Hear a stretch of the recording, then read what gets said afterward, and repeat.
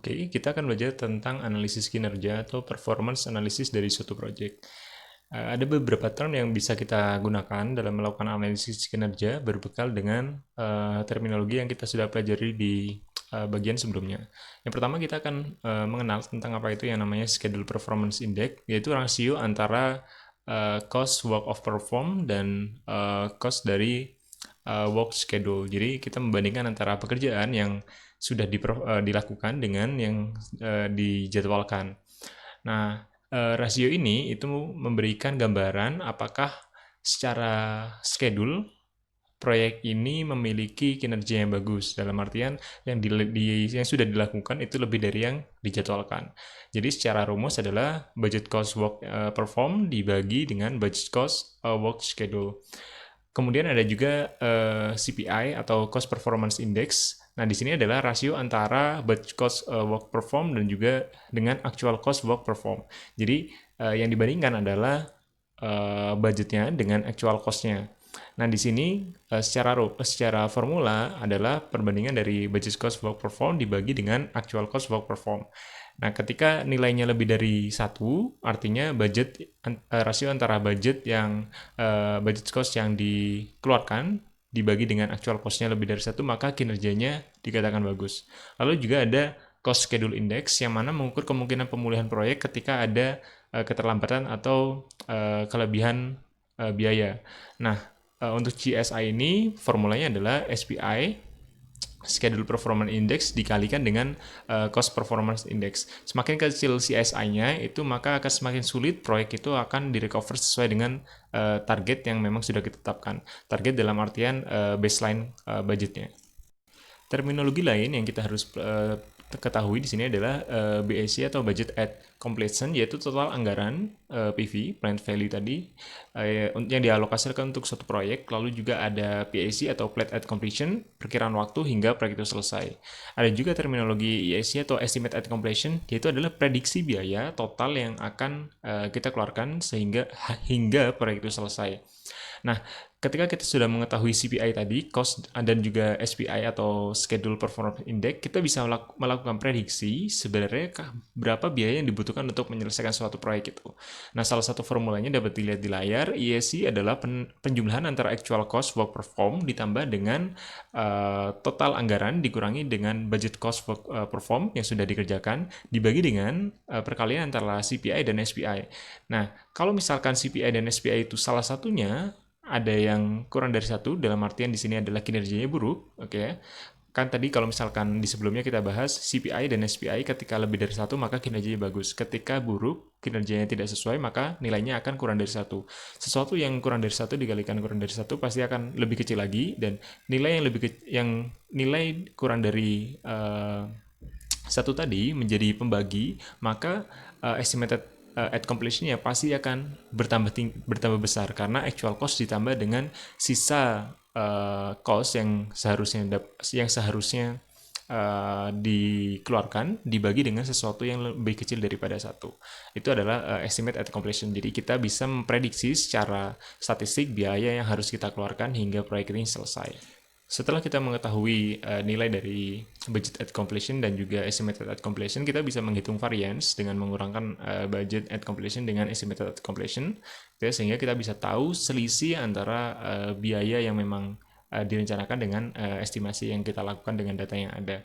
Selanjutnya juga kita bisa menghitung estimated to complete, yaitu biaya moneter yang dapat merepresentasikan nilai di akhir proyek, yang mana itu adalah estimated at completion dikurangi dengan actual cost work perform. Lalu adalah time at completion, yaitu yang tadi ada formulanya adalah PAC dibagi dengan SPI. PAC itu adalah plan at completion dibagi dengan schedule perform index. Jadi seperti tadi dibilang, ketika schedule perform indexnya kurang dari satu, pasti kinerjanya tidak sesuai sehingga pasti akan meningkatkan TAC ini, time at completion-nya. Lalu ada juga delay at completion, yaitu perbedaan waktu rencana penyelesaian di awal dan juga perkiraan yang telah dilakukan. Di sini dengan melakukan pengurangan antara plan at completion dengan time at completion.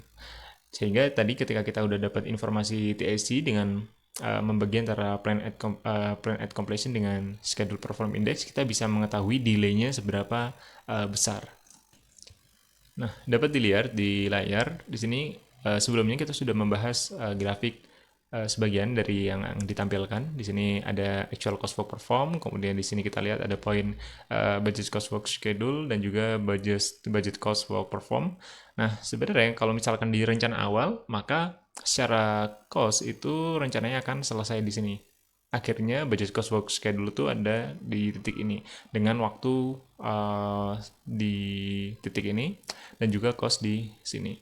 Nah, tapi karena ketika kita melihat jadwal di sampai titik awal ini, ternyata actual cost work performnya itu lebih tinggi daripada budget cost work schedule, dan juga budget cost work perform itu nggak jauh sih, di bawah dari budget cost work schedule, sehingga ada yang namanya schedule variance, kemudian juga ada cost variance, sehingga kita harus melakukan rekalkulasi sebenarnya seberapa besar sih cost yang harus dikeluarkan hingga akhir proyek gitu ya, sehingga kita harus menghitung ESC atau estimate at completion.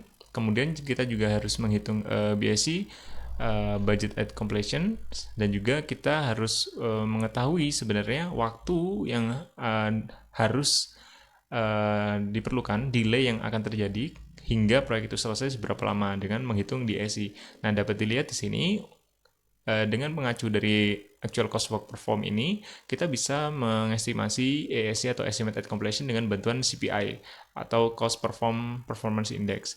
Lalu dari sini, dari budget cost work perform ke budget at completion, kita bisa melakukan estimasi dengan menggunakan bantuan dari SPI atau schedule performance index. Nah, dari titik final budget ini kita dapat tarik ke bawah ke sumbu X untuk waktu.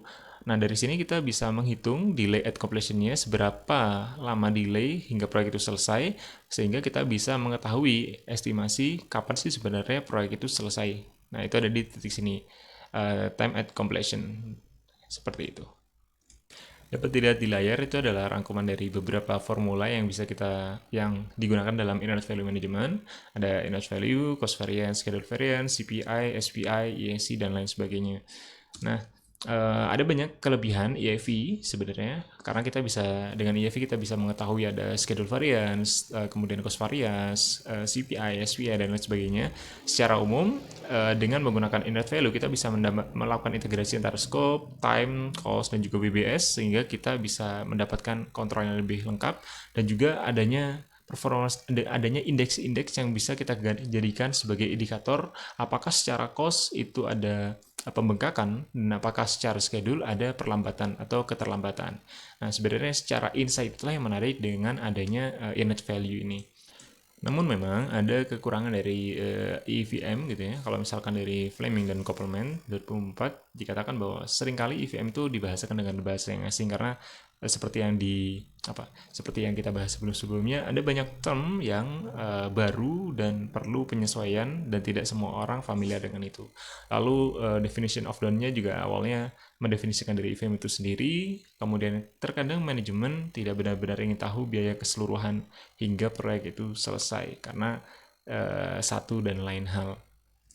Secara kesimpulan, EVM itu memang sering digunakan dalam manajemen proyek gitu ya, manajemen dari cost proyek, karena memang secara kesan aja kita sudah bisa mendapatkan kesan bahwa EVM memberikan insight macam-macam, terutama dengan memberikan sinyal kapan apakah proyek itu oke secara kinerja, apakah oke secara cost, apakah oke secara jadwal, dan kita bisa melakukan evaluasi secara periodik, dan juga kita bisa melakukan estimasi hingga akhir kapan proyek itu selesai, seberapa lama delaynya, dan seberapa besar cost yang akan berbeda dari rencana awal.